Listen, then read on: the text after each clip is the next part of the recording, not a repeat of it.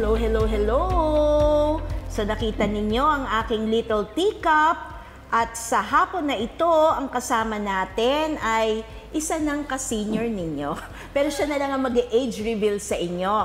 Pero for this afternoon, ang kasama natin ay walang iba kung hindi si Monsignor Esteban Bong Lo. Welcome natin siya with our welcome drink. Ayan, so sabay tayong iinom, Monsi.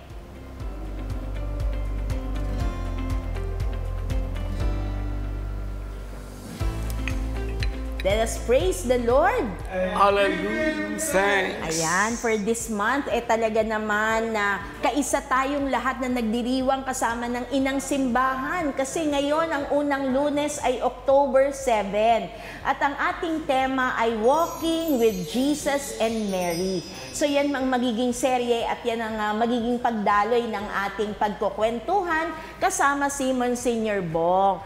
Monsignor, ang una ko agad katanungan, ikaw ay taga Binondo na ngayon, pero parang mas kilala ang iyong simbahan bilang Binondo Church. Laging ganon, pag nag-usap, o saan ka pupunta? Simba akong Binondo.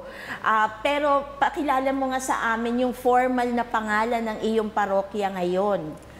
Dr. Gaines, maraming salamat po sa inyong pagkumbida sa akin na makasama kayo dito ngayon at ang ating mga tagapanood. Ano po? Lalo na ang aking mga fellow senior citizens. So may age reveal agad, Monsi. Age reveal na. Opo. Alam niyo po, ang Binondo Church, nagsimula din ang misyon ng mga Dominican friars noong 1587. Naisilang na ho ba kayo noon? Wala pa po. Ang unang simbahan itinayo diyan ay yung 1596. At yun ay tinawag na Iglesia de San Gabriel. Ang unang simbahan diyon ay sa karangalan ni San Gabriel Arcangel. It was only in 1863 na nakilala ang Binondo Church na Our Lady of the Most Holy Rosary Parish. So masasabi natin 161 years pa lang po bilang Our Lady of the Most Holy Rosary Parish. Pero dahil ang isa sa kanyang mga parishioners, si San Lorenzo Ruiz, ang kauna-unahang Pilipino na hinirang o nakilala bilang santo, ay na-canonize noong 1987, kaya noong 1992, ang Binondo Church, Our Lady of the Most Holy Rosary Parish Church, ay at the same time nakilala na rin na minor basilica and national shrine of San Lorenzo Ruiz. Ayun. So, parang sinasabi mo, Monsignor, na sa mahabang panahon, inihanda ni Blessed Mother no, yung pagiging santo ng first Filipino saint natin. Kasi una muna, di ba, at yun ang pangalan ng parokya, ibig sabihin, no, sa Most Holy Rosary. Tama ba? Tapos ngayon, naging basilica pa, minor basilica, at San Lorenzo Ruiz pa. So, napakalaking kasaysayan ito para sa pananampalataya ng mga Pilipino. Kasi nagkaroon tayo ng isang first Filipino saint. Tapos, Monsi, i-familiarize nga natin, magkamukha kasi yung image ni San Lorenzo Ruiz tsaka ni San Pedro Calungsod. Ano yung difference nilang dalawa? Mas gwapo yung isa. Hindi ko sinabi kung sino sa dalawa. Ano? Sa pagkaalam ko po, first of all, maraming iba't ibang images, no? Or icons in honor of San Lorenzo Ruiz. Ano po? Pero ang pinagkaiba nilang dalawa talaga ay yung kay San Pedro Calungsod, may hawak-hawak siya na libro, na ang katekismo, at saka kasi kinakilala talaga siya na katekista, at saka mayroon siyang at the same time yung palma, no, yung palm leaves, no, for martyrdom Of course, martyr din naman si San Lorenzo Ruiz, ano po. Pero ang isa pa doon ay yung paa, no? Kung hindi ko magkamali, ang unang image na lumabas kay San Pedro Calungsod ay yung isang paa ay naka-step forward, no? Basta naka-step forward ang isang paa. Na sabi po noong nagpo-promote nito noon, no, na it means on the go, no? Wow. On the move, okay? Ganun pala yun. Talagang, hindi stationary, ano po. Kundi, yun ang pagkaalam ko sa isang pinagkaiba nila sa kanilang icon, sa kanilang image, ano po. At ano yung hawak ni San Lorenzo Ruiz? Usually po, ang hawak niya ay ang Santo Rosario. Ayun, talaga naman. So parang yun yung mga identifying marks nila, Opo, no? opo. Kasi nga talaga namang ito ang naging daan ng pagiging martir nitong si San Lorenzo Ruiz, no? Ang panalangin ng Santo Rosario. Pero maganda ho na pinag-uusapan natin ngayon na October 7, talaga naman kapistahan ng mahal na ina ng Santo Rosario. Pero syempre, ako pangalan ko, Rosario, di ba? Apelido, walang Del. So, ang buong bayan, ina-announce ko, walang Del. Ang aking apelido, Rosario lang talaga. Wow, ang Rosario ganda pala lang ng po pangalan talaga. nyo. Kakaiba. Pero kasi lagi nyo yung mali. Sasabihin na Del Rosario. Hindi, Rosario lang. Tsaka ang birthday ko po kahapon. Uy, October happy 6. birthday! In-announce ko lang kasi gusto ko lang may correlation dun sa sa October 7 months. Hindi naman para sa birthday ko. Oo. Kundi gusto ko lang ipakita na ang mahal na ina, bahagi ng buhay ng bawat Pilipino. Talaga po. Kasi 'di ba, pag pinapangalan sa bata, pag babae Maria, o 'di ba, may Marie lagi. Kaya ako may Marie. Oh. Kaya yung pangalan ko Gaines Marie. So nagkataon lang ngayon, Rosario na yung apelyido ko. Wow! hindi yung nagkataon. Talagang, yan ay biyaya. Pagkakataon. Ayan. So yun ang una ko nang tuloy na natin yung mga pagtatanong natin kay Monsignor Bonglo. Monsignor, pag sa Chinese kasi, may napapanood kami sa mga K-drama na may hinahawakan din na parang rosaryo. Sa Chinese, di ba, may ganon? Opo, mayroon silang prayer beads, yung mga Buddhist. Kahit ang mga Hindu, kahit naman ang mga Muslim for that matter, and other major religions, no? Talagang bahagi po yung prayer beads na tinatawag po sa mga major religions. Opo. So hindi lang bukod tanging tayo. Opo, pero ang atin ay nakafocus sa mysteries ng buhay ng Panginoong Jesus kasama ang mahal na ina. O ang paglalakbay ng mahal na ina kasama ang kanyang anak, ang Panginoong Jesus. So, Monsignor, sa pamilya niyo ba, more Filipino o more Chinese? More Filipino po. Pero lumaki ako sa bahay na dalawa ang altar. Yung Catholic altar ng aking mama at ang Taoist altar ng aking papa. So, paano ka? Half doon tsaka half doon sa isa? Hindi naman po. Kasi hinayaan naman ng papa ko na lahat kaming 16 na magkakapatid ay kakaunti mabinyagan kayo. at palakihin bilang mga Katoliko. Kakaunti kayo, Monsi. Kaunti kami. 8 ang ate ko, 7 ang kuya ko, akong pang 16. Hindi yan joke, 16 talaga kayo. Hindi po joke yan. Kasi Totoo po diba, yan. parang sa imagination natin, yung 1 dosena, ang dami-dami na nun. Opo. Pero ito, 16. 16, 16 kami magkakapatid. Pang ilan ka po? Pang 16 po, bunsong-bunso po. Talaga. Tapos lahat kayo ay nag-practicing Catholic. Opo, opo. Although yung 3 kapatid ko, babies pa lang, pumanaw na sila. So 13 lang kami ang talagang lumaki. Oo. Nagkaedad. So pinagbigyan ang mama mo.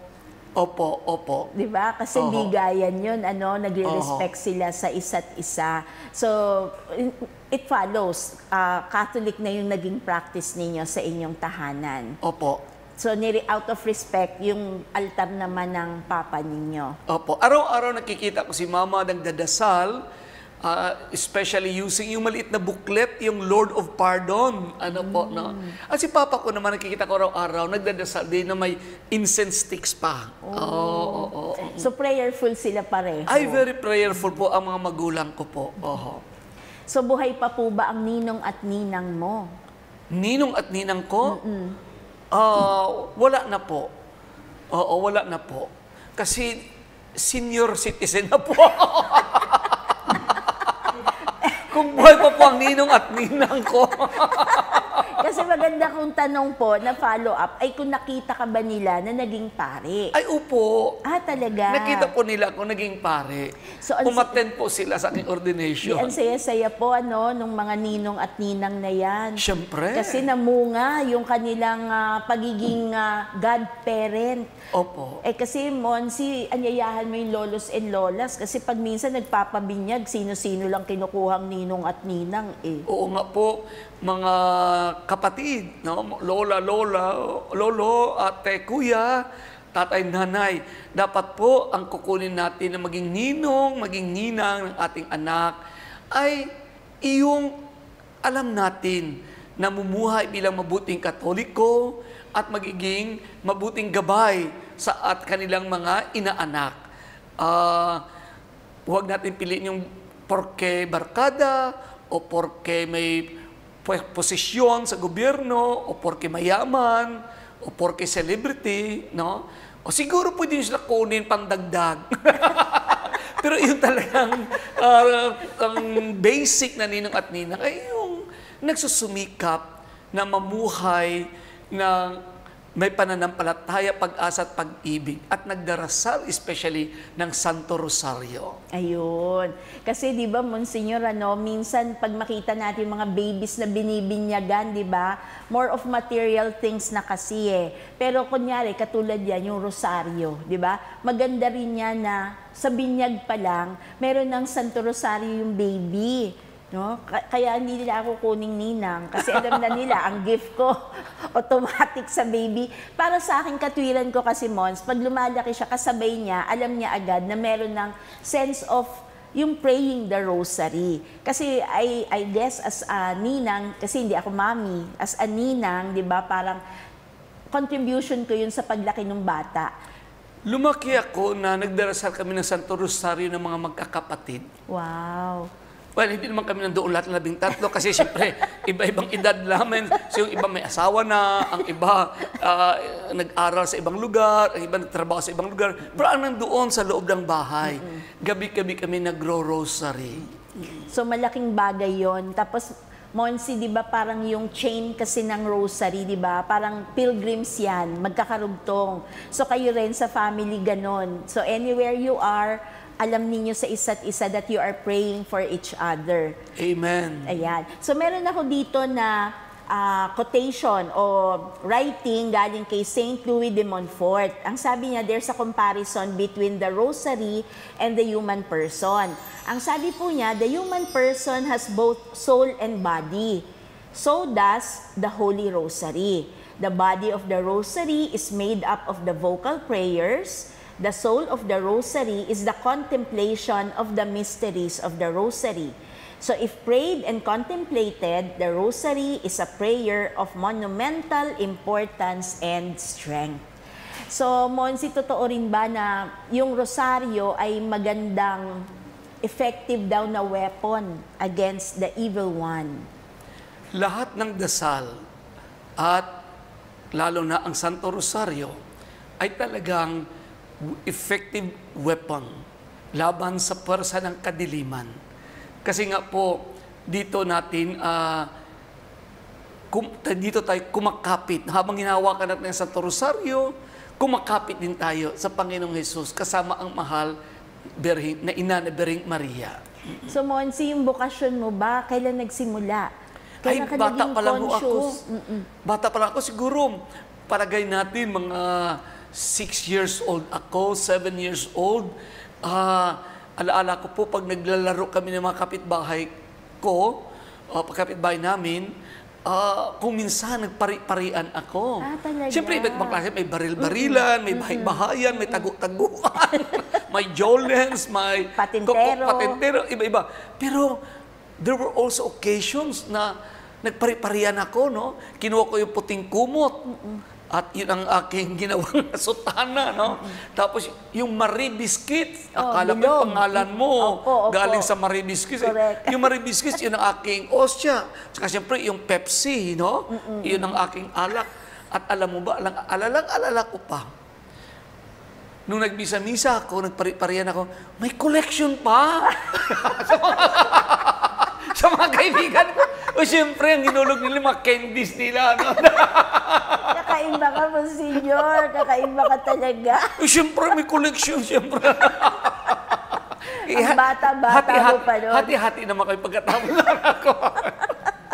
Napaka-unique na nga na maglaro ka ng pari-parian. Pero mas pinalala mo pa kasi kompleto.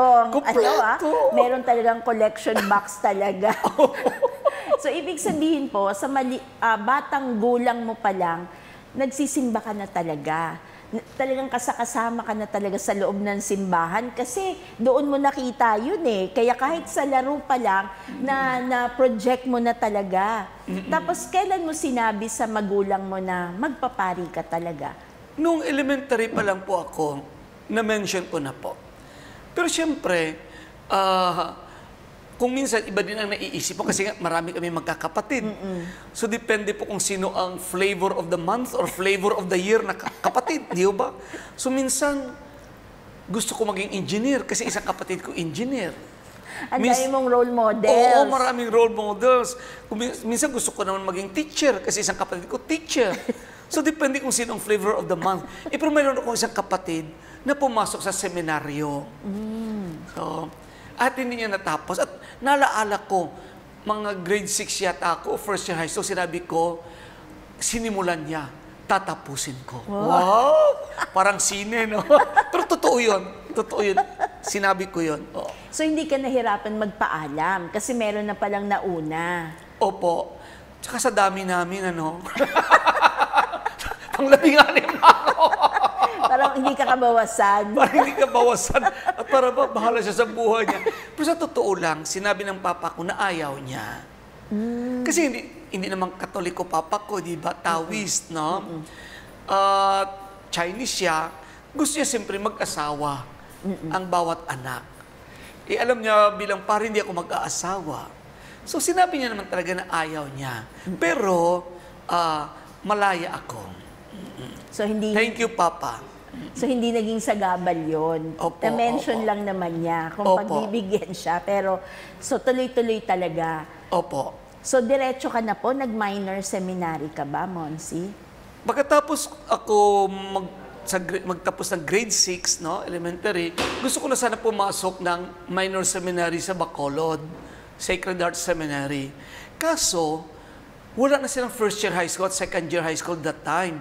Parang third year and fourth year na lang kasi nag-phase out na.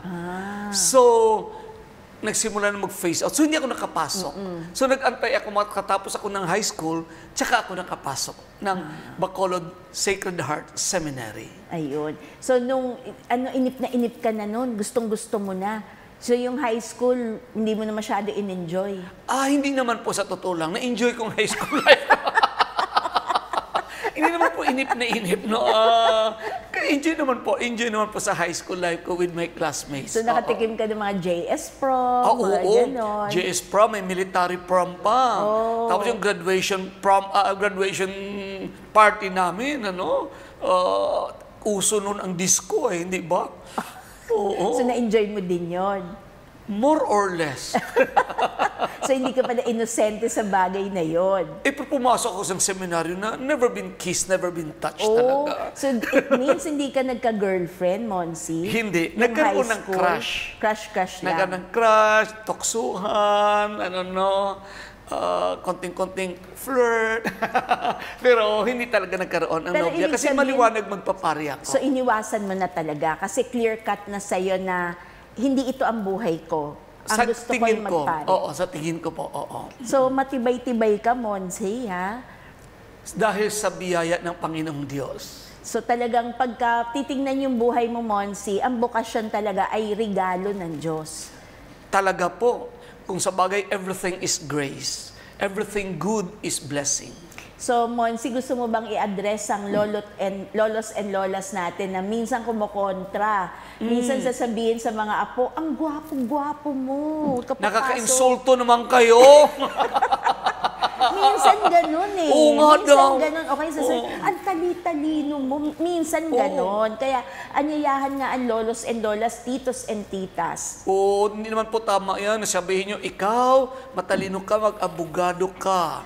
Ikaw, gwapo ka, mag-artista ka. Ikaw, pwede magpari ka na lang. Oo. Dapat naman ialay sa Panginoong Diyos ang the best. Hindi ho ba? Hindi ko naman sinasabi na ako ang the best. Pero sana po, i-encourage natin na i-consider ng ating mga anak, mga apo, mga pamangkin, mga pinsan, ang possibility na may missed call galing sa Panginoon. Check nilang kanilang phones. Baka may missed call mula sa Panginoon. Kasi po talagang kailangan po ng bayan ng Diyos ang magkaroon ng mga mabubuti at tapat na mga pari po. Pagdasal po natin yan. So, ayan susupport nyo, lolos and lolas, titos and titas. Pagka sila ang makaka-discern nun na sila ay magpapari. So, ang tanging gagawin natin is to support them, di ba? Tulungan, asistahan, at huwag kumukontra. Kasi sabi nga ni Monsi, kahit pabiro lang yun, di ba? Naririnig tayo ng Diyos and we always give the best to God. Tingnan nyo naman ang katabi natin ngayon. Best talaga. Bunso eh. So I'm sure ikaw ang baby ng family ninyo, kuyas and ates mo. Inispoiled ka ba nila, Monsi? Hindi. Didisiplina ako. Totoo? Mahigpit sila sa'yo? Oo. Sinabot sa bunutan ako. Ayun, naubos.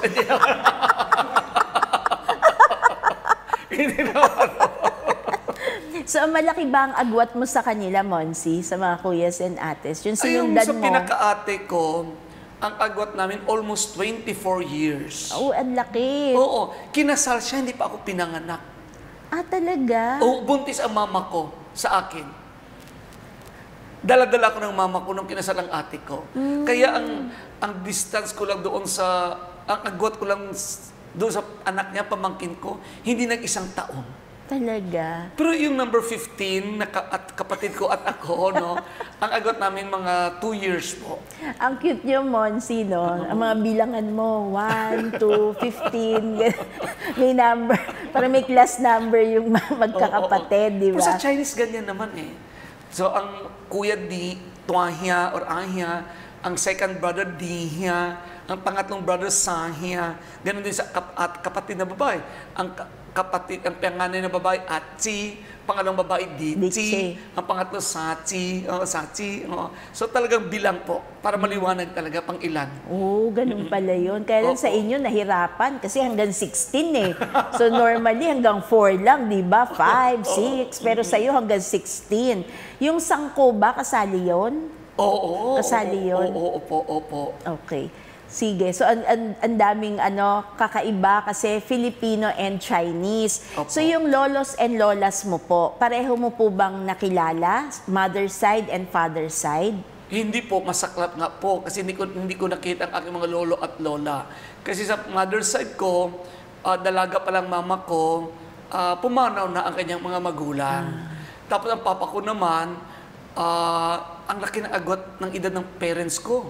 17 years ang agwat ng kanilang edad. Kaya, at ang papa ko binata pa lang, namatay na yung papa niya sa China. Ang literal ang mama niya rin. So, wala akong nakitang lolo at lola. So, kaya hindi ako na-spoiled. Oo nga, kasi normally, di ba, yun yung next question ko sana eh. Sino sa lolos and lolas mo yung nag-spoil sa'yo? Wala, kasi nga, lalo na pang 16 ako na apo sa parents ko. So, talagang wala akong naabutan sa kanila, sad to say. So, Monsi, marami bang struggles nung seminaryan ka? Opo naman. Kasi po, dumating din sa punto na nagduda ako kung ito nga ho ba talaga ang panawagan sa akin ng Panginoon. Bilang teenager din, kasi 16 years old akong pumasok, no? May mga searching din, mga nagsisearch, sa buhay, So, pero siguro compared sa ibang seminarista, hindi ganun katindi ang struggles. Pero mayroon. Lalo na nung malapit na ako maging pare, yun bang gusto ko rin magkaroon ng anak. Talaga? Oo. Gusto ko parang yung sabi nilang paternal instinct, no? Na mayroon kang sariling anak, no? So, it was a struggle. Kasi mga 2 years na lang magpapari na ako noon. Pumasok pa ang desire na yan na magkaroon ng anak. So, kakaibang desire.